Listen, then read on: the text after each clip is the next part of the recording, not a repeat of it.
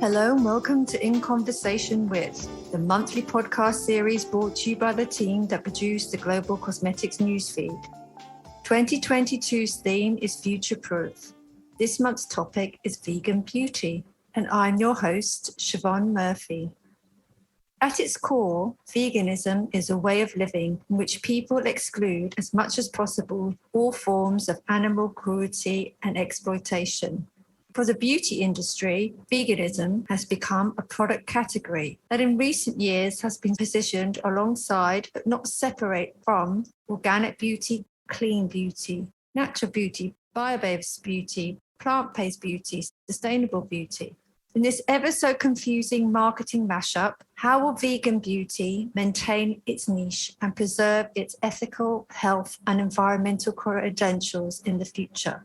To help me ask these questions and more, it is my pleasure to introduce you to this month's panel of experts. Hello to Anna Barker, Head of Responsibility Business at Fairtrade Foundation. A warm welcome to Katie Nguyen, Technical Sales at Inolex, and a warm welcome back to Anna Brightman, co-founder at UpCircle Beauty. Welcome, everybody. Thank you for having me here today. How exciting. Thanks so much for having us. Great to be here. Let's start. At the Fairtrade Foundation, Anna, what are the current social drivers you have been tracking that are implementing the future proofing of vegan beauty? Great, thanks, Siobhan. So the way that we look at this from the Fairtrade Foundation, there's kind of two perspectives that we look at the future proofing of vegan beauty and the beauty industry more broadly. One is from the market side, so what is consumer demand? How is that driving the future of vegan beauty? What are the sort of social characteristics we're seeing there? And another is, of course, the drivers on the ground itself in the supply chains. I think starting there from our side, from Fairtrade, what we're seeing is across the ingredients that we certify and work with that are very sort of predominant in vegan beauty and beauty more broadly. These include products like shea butter, but also cocoa butter, olive oil, coconut oil, a variety of different ingredients that go into the cosmetics products that we know and love. And again, these are common in vegan products because, of course, there's kind of not associated with animal exploitation or harm in any way, but they are associated with social problems. And I think this is where looking at the future of these supply chains is really important, because where you're seeing kind of quite profound social issues, there's no guarantee of the supply or availability of these ingredients in the future. And I'll speak to that a little more later regarding the environment. But from the social side, the kind of challenges you're looking at are really low incomes. So the prices of some of these ingredients, which might surprise a lot of listeners who pay a bit more for their beauty regime, are actually very low. So often the farmers who are working incredibly hard to extract one of these ingredients and process it, and there's a lot of processing required to make that product applicable to the skin and to kind of really bring out the health benefits. They're often not earning a fair return on that work that they're doing. You see issues around gender in particular, so it can be even more challenging for a woman. So shea butter, for example, that's associated with kind of women going out and wild harvesting the shea nut and then bringing that back, and then they've got long hours of burning fires, which has huge health risks for them, and then actually needing that to create the butter itself, which also gives them a lot of health issues, and so that can be really challenging for women in particular, as well as on the flip side also being a huge opportunity for empowerment for these women's cooperatives, particularly looking at West Africa, for example, for shea butter. There's also a challenge with kind of the future of who's going to kind of harvest these ingredients in the future. So where, the youths are seeing that there's a very low return and they're not getting, a huge income associated with this product. It's incredibly hard work, and there's health and safety risks. That really disincentivizes youth from going into them. So they're moving into cities and they're looking for service jobs, or they're migrating, or there's other industries they want to work in. And that, combined with the fact that for often these producer groups lack access to credit, which means that they're often not able to get the financial support that they need to invest in their businesses, to upgrade their equipment, to be able to work more efficiently. They're just not seeing lots of people want to work in harvesting these. And therefore, there is a real risk that in the future, as the vegan beauty market kind of booms, there might not be availability of supply.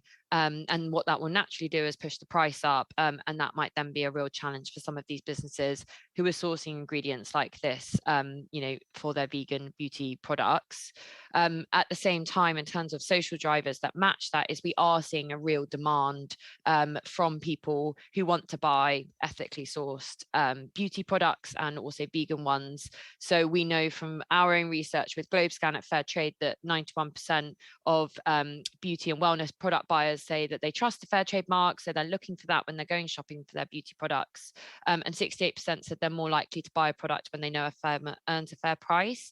So for us, we're kind of seeing these two different social drivers. One is that the market wants this, they want to buy it ethically, they want to make sure it's well sourced. And the other is that it's a really challenging supply chain with big social issues for those who are working hard to produce these ingredients. And if we're not prepared to invest back in them, then there's just no guarantee that those ingredients will be there for the future.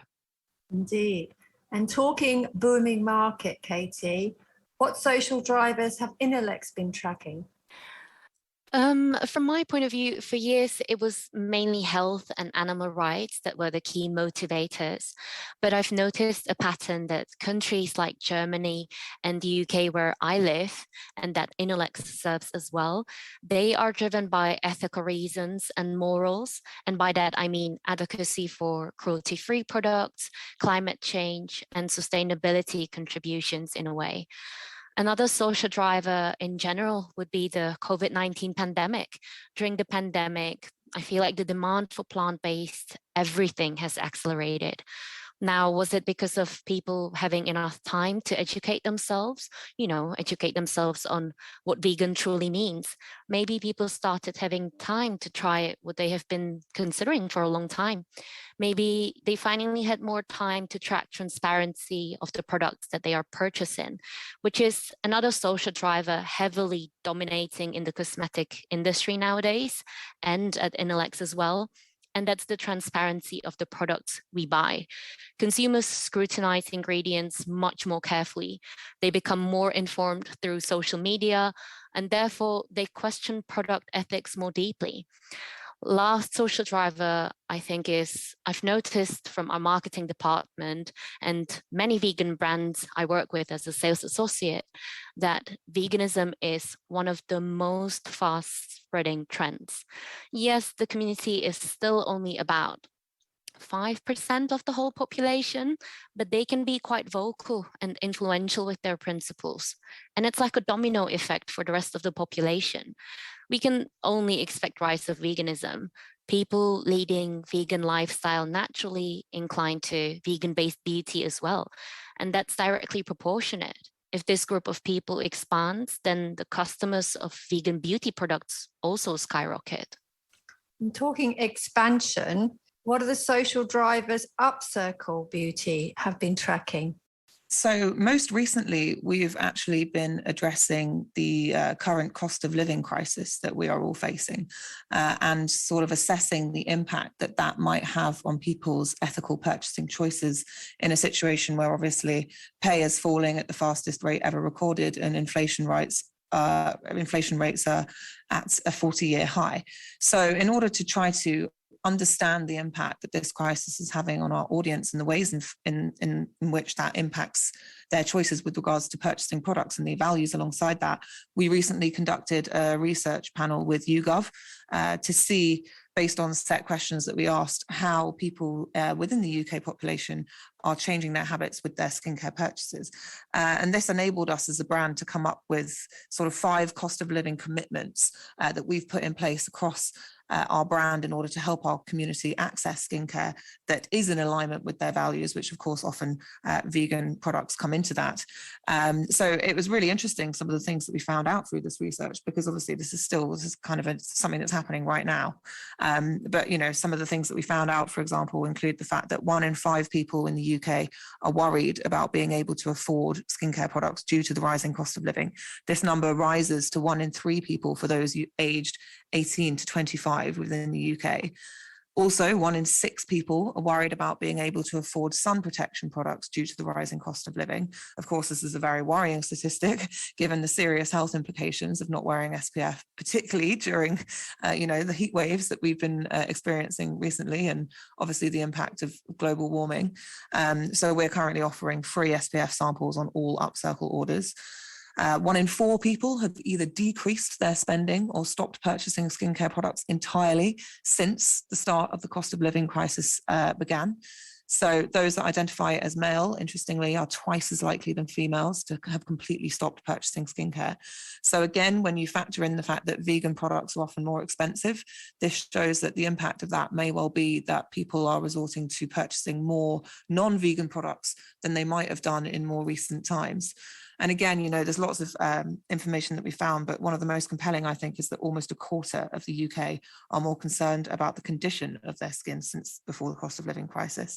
And those aged 25 to 34 are the most concerned of all age groups. So whilst a younger audience, as we're now all quite familiar, are those that are most intrinsically linked with purchasing products that are in alignment with their values. A younger audience, a younger consumer is extremely knowledgeable and looking for transparency and willing to boycott a brand if their values aren't in alignment with their own. Actually, this age group, more so than ever before, are facing concerns around the accessibility of products that are in alignment with those values. So this is one of the key areas that we've been looking at as a brand in very recent times, trying to understand the impact that the kind of broader climate of what's going on in the world might be impacting topics like veganism in skincare. Interesting. And at the Fairtrade Foundation, Anna, what are the digital tools assisting the future-proofing of vegan beauty?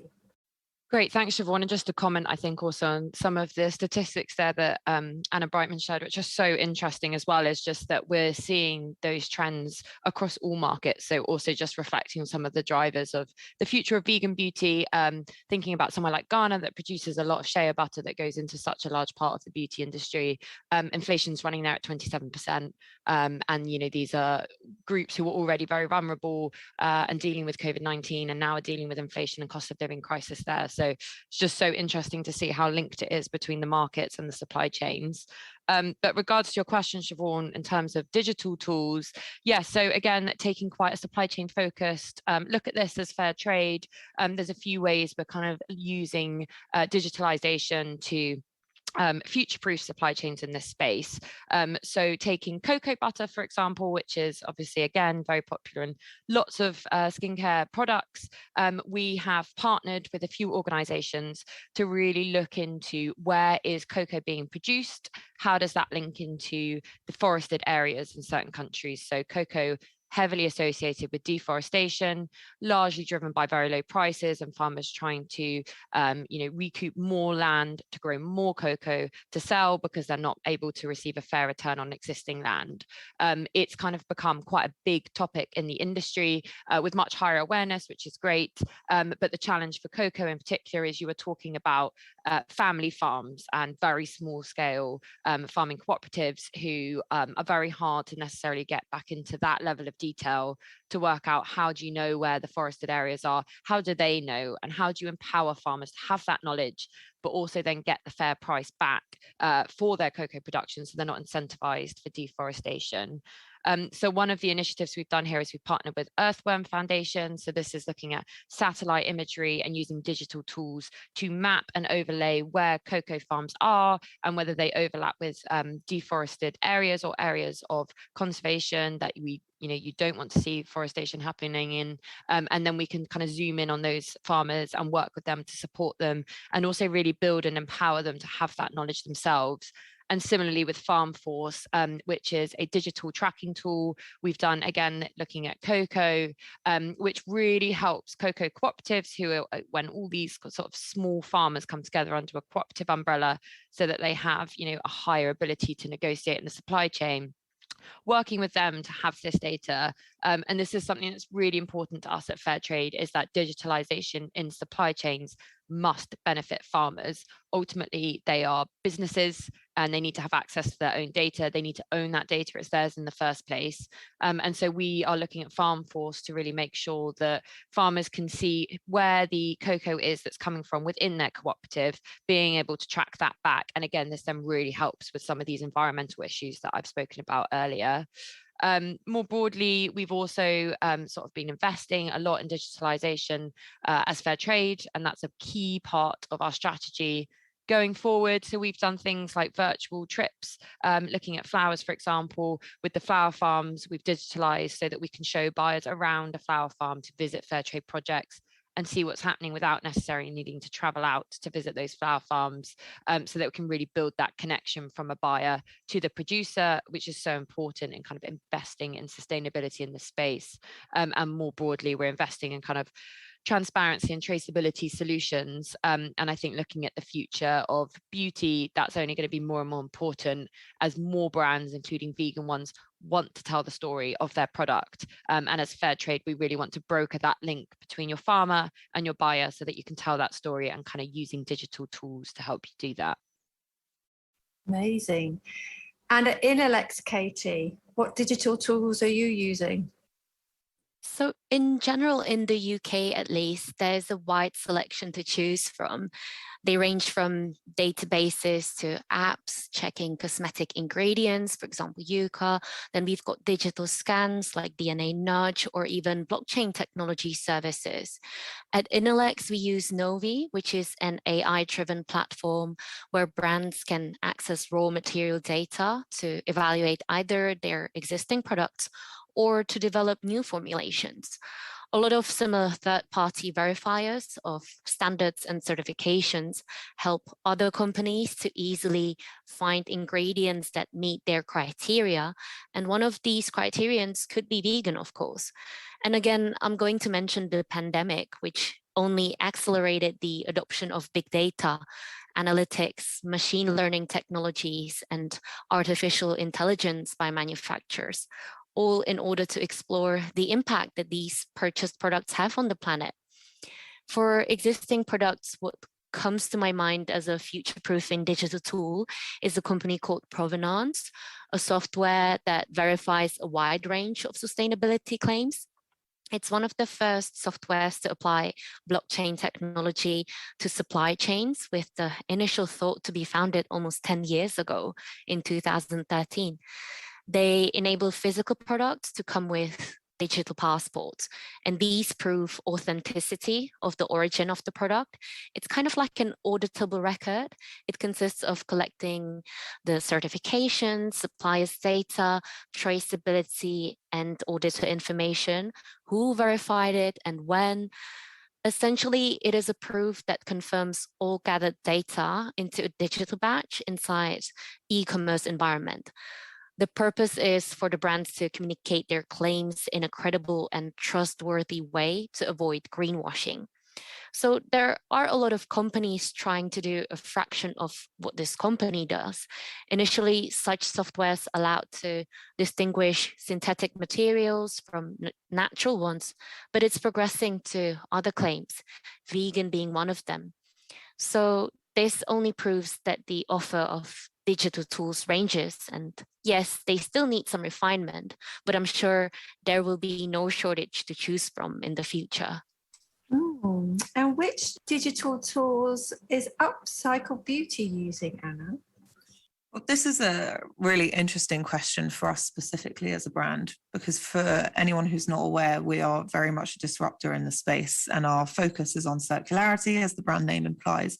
So into every single one of our formulations, we're using upcycled ingredients that we've intercepted from different industries and different businesses that have totally different operations and kind of end goals to our own.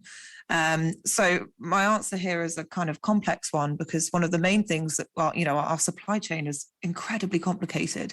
And the traceability of every ingredient that we are working with is twice as long because it's had a previous life that we weren't as involved in. So we've got lots and lots of systems and processes in place within our own operations to ensure that we are only ever working with ingredients that are very much in alignment with our own. But one of the ways in which we do that is through, looking for certifications. The irony of that is that most of our own products are not eligible for those same certifications because of the complexity of our supply chain and the fact that some of those ingredients are coming from so many different places. I can give an example of that to make this sound a little bit more tangible, which is the coffee grounds that we use in our core original kind of hero signature range. We collect that coffee from hundreds of coffee houses across London where we're based. We choose those coffee shop partners based on their ethics. Are they Fairtrade? Where are they sourcing it from? What about the other ingredients that they're using in their cafes? Are they using plant-based milks, etc.? But in order for us to get certifications on our broader product, because over 50% of the formulation is made from that upcycled ingredient, we would have to get every single one of those coffee shops to get the same certifications, which is never ever going to happen because they have different priorities to us. So it's a really difficult one. And some of these digital tools that do exist that have already been mentioned, the likes of provenance, are particularly challenging for a brand like ours to appear on because we're almost penalized by that commitment to circularity and the future proofing that we are trying to do as a brand by taking the next step with regards to sustainability and trying to keep things in use that already exist. So, of course, we are on as many online directories as we possibly can be. We get the certifications that we can. So we are Soil Association certified as a brand broadly. We're on track to becoming B Corp. We're on track to becoming Vegan Society certified. We're also plastic negative certified, meaning that we fund impact projects based out in India that recover multi-layered plastic from within 10 kilometers of the coast, et cetera, et cetera. So we do lots of work with regards to things like that. And then I think something that's not been mentioned so far is the importance of on-pack messaging and the use of QR codes through that. So with beauty specifically, it can be really difficult to communicate, the values and the importance of the ingredients and the fact that those ingredients are vegan and how and why. But if you're selling an eye cream, which is like 3 centimeters by 3 centimeters by 3 centimeters, you've not got much space. So we've started incorporating QR codes into our packaging, which lead to more information on the wider initiatives that we're participating in order to continue the conversation off pack, I suppose. But whilst all of this stuff is happening online, and you only need to look at some of the online marketplaces that have been operating for a long time and the shifts that they're having in the ways in which they're sort of the hierarchy of their messaging, I suppose, and the ways in which people shop through online marketplaces that might have 100, 200 brands. Previously, it would all be done by kind of reputation of the brand or like in alphabetical order, whereas now I feel like most of these online marketplaces are shifting that towards shopping by values. So you shop by, you kind of put the filter in on the website. So you'll only show products that are certified cruelty-free, certified vegan, only products that have completely plastic-free packaging, or only products that have only upcycled ingredients, etc. So that's a really interesting shift that we've seen in online websites and sales locations, but also I think there's still a lot of purchasing going on in real life brick and mortar stores. So one of the things that we're looking at the minute is putting QR codes onto as many of our packages as we can in order to explain more fully, like you can see how many words I've used just in this answer, to talk about the complexities of some of these things. So we're doing a lot of bigger topic initiatives in order to demonstrate the wider work that we do. So QR codes are a great digital tool for that. Indeed, they are. And talking about complexities, at the Fairtrade Foundation, Anna, what are the current environmental drivers affecting the future-proofing of vegan beauty? Thanks, Siobhan. And I think I've touched on a few of these as I've gone along, but I think kind of the main ones we're seeing, again, looking at the supply perspective and availability of ingredients in the future, and how do you make sure that your supply chain is sustainable. from an environmental perspective, there's, one of the biggest ones is climate change. And producers have got to face all of those social issues I've already spoken to regarding low prices and not earning a fair return. And now they've got the cost of living crisis and all of these other challenges. But they were already battling climate change before, inflation and all of these other costs went up for many, many years, and it's continuing to get much worse for it. And it was set to see a huge challenge going forward. So again, looking at something like cocoa, by 2050, 50% of the land currently used by cocoa won't be able to grow cocoa anymore because it will simply be too hot. So I think that's one of the big challenges that we're seeing. And for, a farmer, that manifests in having very unpredictable seasons. So the rains don't come when it's meant to come. And then when they come, they're too heavy and that can wash a crop away. Cotton, even though it's not necessarily in a beauty product itself, but very associated with the industry, it's been absolutely devastated by this issue with rains and not being able to harvest cotton when you're supposed to. And you've seen farmers where they've not been able to produce cotton at all for an entire year. So the impact that has for them and their families is absolutely enormous. And then, of course, the supply issue that comes for the future proofing of that industry, where they're simply not able to buy that product anymore.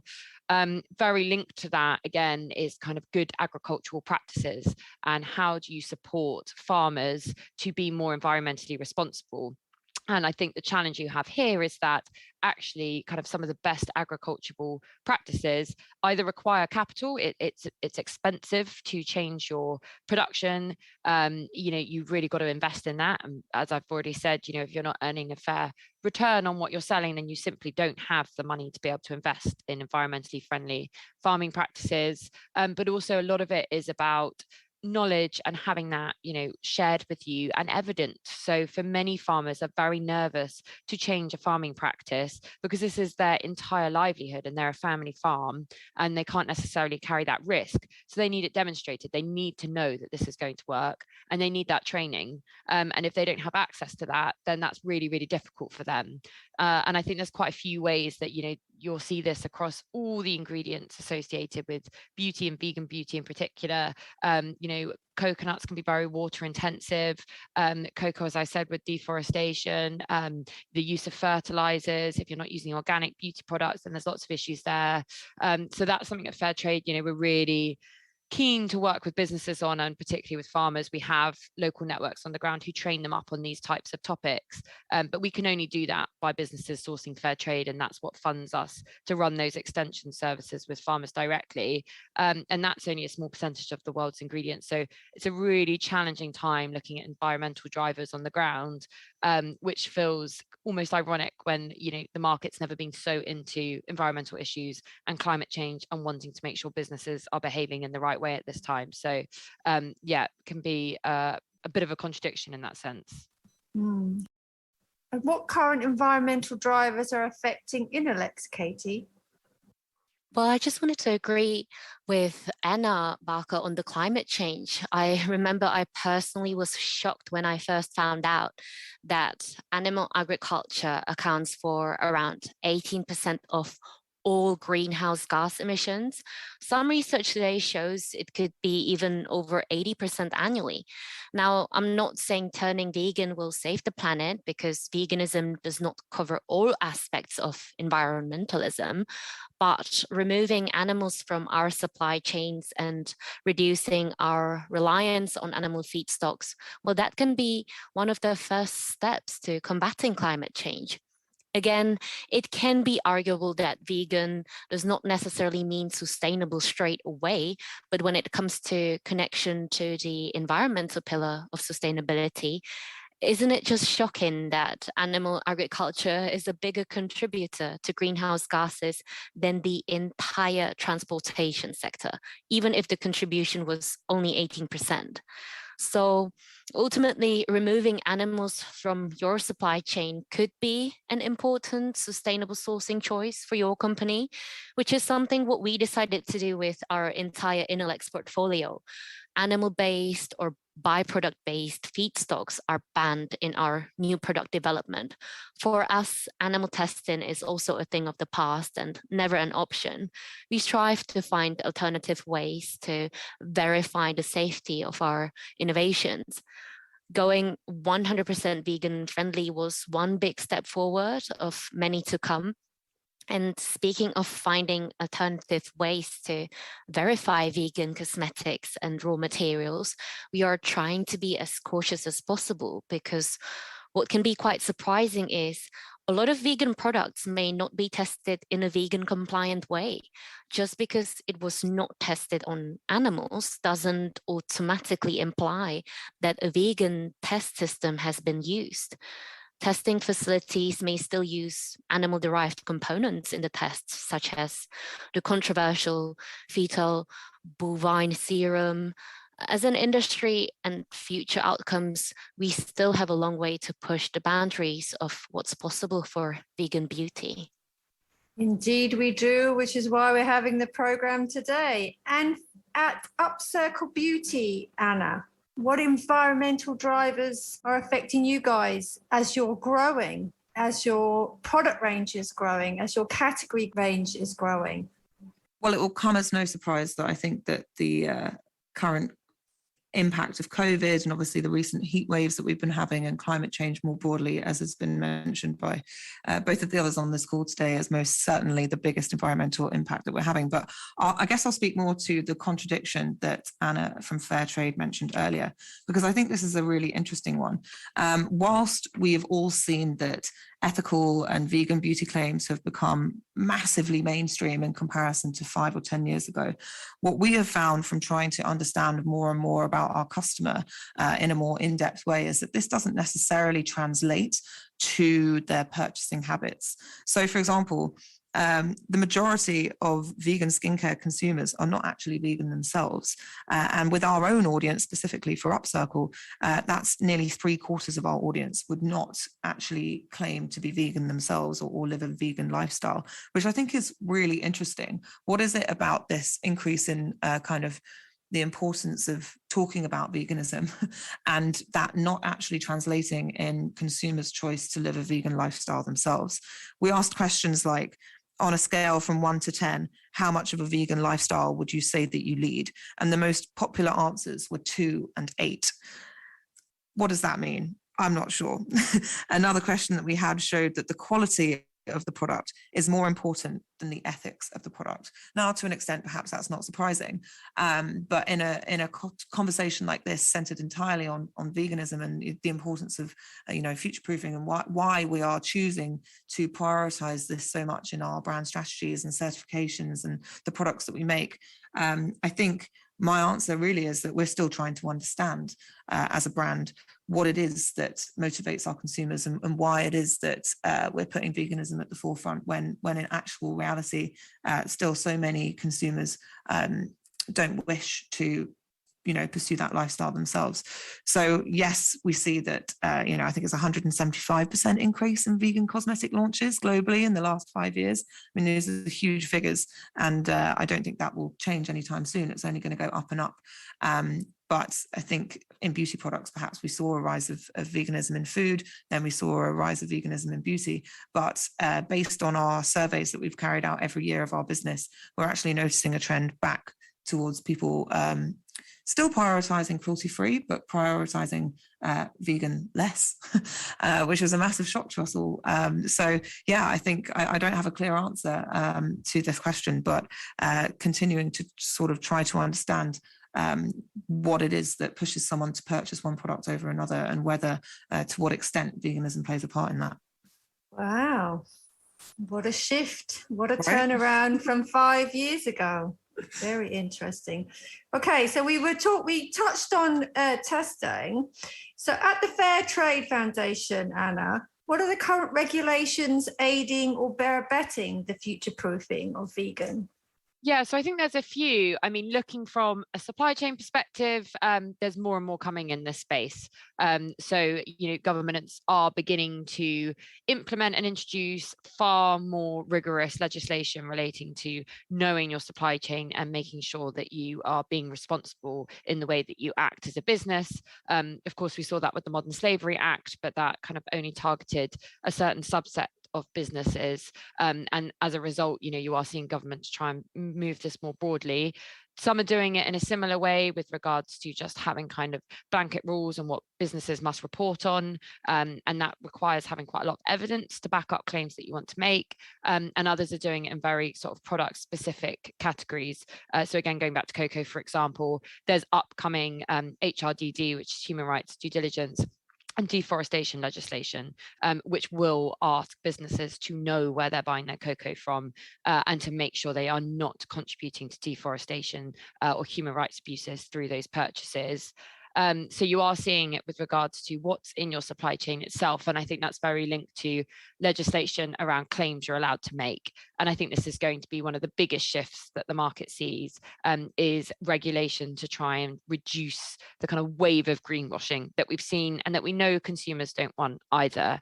So the CMA are going to bring out new regulations around green claims and what can you say is green and who's backing that up. And obviously, from Fairtrade's perspective, we're your third-party verification. We have the auditor, we're the kind of certification you use, but lots and lots of products don't have that, and they do just make generic claims about, veganism or animal-friendly or earth-friendly that they can't necessarily then verify and back up. And I think for the beauty industry, this is going to be one of the biggest shifts because, as Anna Brightman said earlier, there's so many ingredients involved in some of these beauty products. Knowing where they all come from can be a challenge. And I think that's going to shift some of the claims that then get made in this space. So a few kind of regulatory areas to watch. And at Inolex, Katie? I'd like to mention examples, actually. One that substantiates the future proofing, the one that somewhat helps it, and the one that inhibits it. An example that fully supports vegan future proofing is a labeling scheme via the vegan trademark, which allows labeling your products clearly using Vegan Society logo. You can currently register individual products with vegan trademark, but not the whole brand can register as vegan. Maybe that's something that FuTure holds. The second example that somewhat aids future proofing is halal certification. Now, let me clarify. We at Inolex made a great effort to receive halal certification for our entire product portfolio. Then, since 2018, our entire portfolio is also vegan friendly. So we provide vegan statements in our product bulletin, but terms such as cruelty-free, not tested on animals, vegan, halal, they are different and people often misconfuse one for another. For example, halal does not always mean vegan and vice versa. And vegan products can include alcohol, unlike halal. And halal certified products may contain part of permissible animals' meat or bones. My point is, if consumers are educated and demystified about the differences and the definitions of these claims, this will aid for consumers to make a more conscious choice. There is a big probability they would then choose one of these options rather than any conventional cosmetics that contain animal-associated or animal-derived products. And the last example on the opposite side of the spectrum is there was a new proposed legislation, specifically a bill introduced in US Senate that would prevent enforcement of laws that ban products that had been tested on animals in states such as California, where Inolex also operates. Despite this legislation being done in the name of consumer safety, it would mean an end to the push for cruelty-free cosmetics. The reauthorization of the bill is still in discussion and the legislation hasn't passed yet, but if the bill passes, it's very difficult to undo. So that would be an example that pushes back cruelty-free cosmetics. Challenging times. And at UpCircle Beauty, Anna? Yeah, to be honest, I think I would just completely agree with what Katie has just said and almost build on that. It's a bit of a minefield, if I'm honest. Vegan products do not have that much legal UK or EU definition regarding what you can and can't contain. And that lack of definition allows producers and manufacturers of vegan products on the same line as non-vegan products to have a lot of cross contact. So, we've talked about halal, but also there's phrases like plant-based, which technically mean things that are different to vegan. So plant-based, as it sounds, suggests to the consumer that the product contains mostly or entirely contains plant foods without compromising the term vegan or the expectations of those following a vegan diet. But the actual regulation around the term plant-based is less strict than actually labeling something as suitable for vegans. And that's where, of course, as we've already discussed, certifications can come in really handy because they are rigorous, and that's why people trust them. That's entirely their point, is to set a standard, which is, does all of the work for you as such. But we've started looking more at not just ingredients. I think often people think just about ingredients that go into a product, but what about what contains that product? The packaging is just as important. You can overlook the inks that might have been used to print a cardboard box, or the impact on the environment of animals of the materials that have been used to create the packaging of a product. Does it lead to deforestation? Is the wood from a certified, sustainable source? Or if you're not using wood at all, let's take sugarcane, for example, something which has become increasingly popular as brands and consumers turn their back on plastics. Well, actually, it's known that the use of sugarcane leads to the disruption of leopard cubs in India, where a lot of sugarcane comes from the harvests of sugarcane in fields. So, does that mean that actually you can claim that the packaging itself is vegan? You have to take into account the welfare of the animals in the environments that are affected, not just by the ingredients themselves, but also the ingredients or materials that go into the packaging as well. So that's something that we are looking at as a brand in order to continue to commit to be, both a vegan and a cruelty-free brand. More broadly, when it goes back to ingredients, if there's any contentious discussion, our approach is just to completely avoid it. And we take that approach with things like palm oil. So we're totally free from palm oil, but also we recently were formulating an SPF, and there's a lot of talk around coral bleaching with regards to ingredients like octinoxate or octibenzone. Now, whilst this is still a big topic for debate, to what extent are these ingredients actually causing coral bleaching is widely debatable. You can't really recreate those environments, and a lot of it is actually down to the increase in the temperature of the water. But until we've got concrete evidence to suggest one way or another, our approach is just to completely avoid. But yeah, there's a distinct lack of definition, I suppose, with regards to vegan labeling, which can cause a lot of confusion. So again, we just commit to doing what we can to understand everything that goes into our products and tracing that right back to the source. Wow. As you go into it, gets more deeper, gets more complex. Predictions. Predictions at the Fairtrade Foundation, Anna. What will vegan beauty category look like in 5 years' time? Yeah, I mean, obviously such a tricky one. And as Anna Brightman spoke to, there's so many challenges in this space. I think it will grow. I think vegan beauty is here to stay. I think, as kind of alluded to, people might find it challenging to be vegan in their diet, but where they can through beauty, they're really keen to support that as an industry. But I think as part of that, and as transparency, demands for that grow and regulation comes in, I'm sure there'll be far more awareness over the next 5 years in terms of who's behind these ingredients, who's in the supply chain of these products.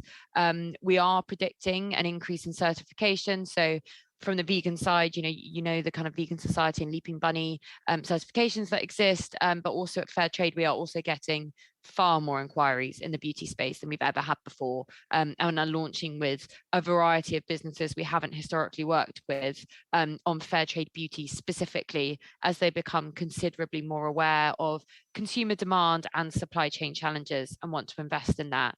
So I think the next 5 years will see more regulation. It will see certification as kind of a tool that businesses can lean on, and I think that will relate to kind of what's in store, and also hopefully more initiatives to support some really vulnerable people in these supply chains. I mean, we've spoken about the social and environmental drivers, but of course the economic ones are huge, and they're only going to worsen with the kind of cost of living crisis that we're seeing, with the Ukrainian war that's happening, with supply chain shortages, with inflation, and with really low prices being paid to producers who didn't have the savings in the first place to weather this storm.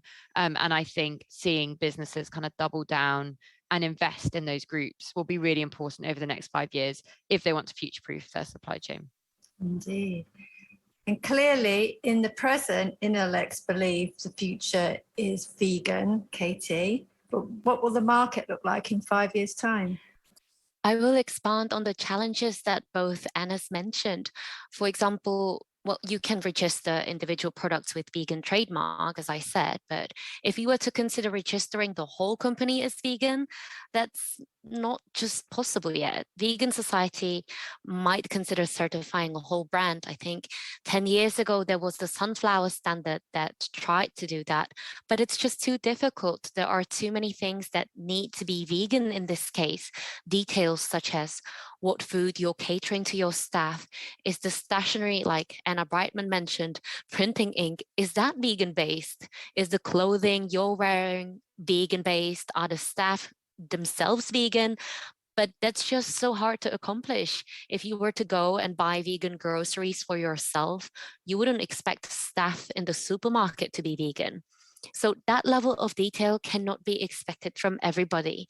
It would be a huge challenge to certify a whole brand, but I can see some efforts already.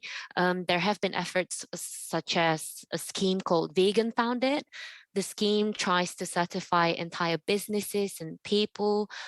The way how they operate is the same way how other trademark symbols do. So questionnaires, signing legal declaration that founders are vegan. So if this was breached, they are technically speaking committing a fraud. But that can be controversial because what happens if the vegan CEO then turns carnivore? But in general, this demand for complete transparency is only going to be ongoing, especially from global corporate brands. Yet again, that's currently difficult to achieve as well because their sister companies might not be vegan. That might not resonate with the target audience. Consumers will still push for more attention to detail, especially vegan consumers in the UK. As I said, they are heavily driven by the ethical aspect. And I've noticed a pattern where they wouldn't want the profit to go to any business nor its stakeholders that do not condone with the vegan principles. I'll also refer to digital tools having a great potential in the future, especially the ones I've mentioned previously. Consumers have been struggling with making their purchase choices because it is hard to avoid all animal-derived ingredients. From my own experience, I have an example. Glycerin can be derived from animal fats, but from plant oils too. Then how would you know your glycerin-containing product is truly vegan? You would have to liaise with your suppliers for reassurance. So I couldn't highlight more how important it is to have a trustworthy raw material supplier relationship. And to conclude all the predictions I have, we had a discussion during one of our business lunches a few weeks ago, and we debated how in the far future, there might not be any meat options in the restaurants anymore. It could become a norm, and same applies for the beauty industry. Vegan beauty might become a norm. And if we have easier access and wider selection of vegan cosmetics, why wouldn't the consumers go for these forms rather than the conventional ones, especially if the performance of the product isn't compromised? So as consumers continue to go vegan and governments continue to ban animal testing, animal-based and animal-tested beauty will continue to be subject to scrutiny. It already is. Interesting. So UpCircle Beauty, Anna, do you see the future as vegan being the norm? Well, unsurprisingly, yes, I agree with both Katie and Anna.